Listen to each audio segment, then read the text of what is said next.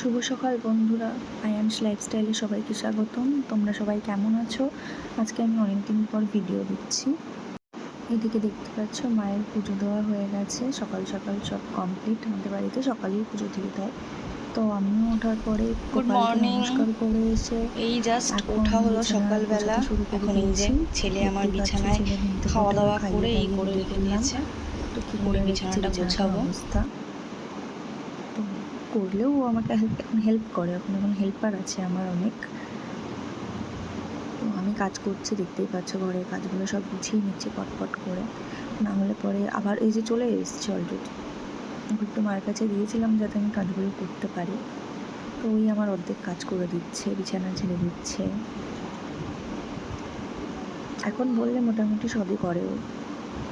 আমার মনে হয় বাচ্চাদেরকে একটু একটু করে নিজেদের কাজে বা বাড়ির কোনো কাজে বড়োদেরকে কোনো কিছুতে হেল্প করা উচিত বা শেখানো উচিত, যাতে বড় হয়ে সেই ব্যাপারটা না থাকে যে আমি করব না বা সে করছে কেন বা কিছু। যাই হোক, এটা আমার মনে হয়।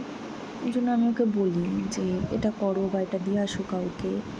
তো ও করে, এখনও শোনে কথা, যেহেতু ছোট না করে না কোনো সময় যে আমি ও যাবে না বা কিছু, এটা বোঝা যায় না কোনো সময়।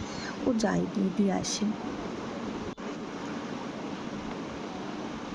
তো আমি কাজ করতে করতে ওকেও আমি বলেছিলাম ওর বাবার বডি স্প্রে আর জলের বোতল জায়গা মতো রেখে আসতে। তো সেটাও রেখে এসছে, গিয়ে সবসময়ই রেখে আসে। এই যে বসে আছে আমার সাথে। আকাশটা ভালো লাগছিল, তাই জন্য একটা ভিডিও নিলাম।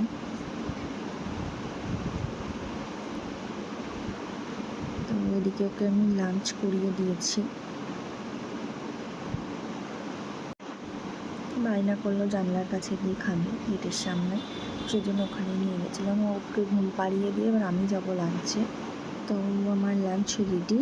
ভিডিওটা ভালো লাগলে প্লিজ লাইক অ্যান্ড সাবস্ক্রাইব করে দিও।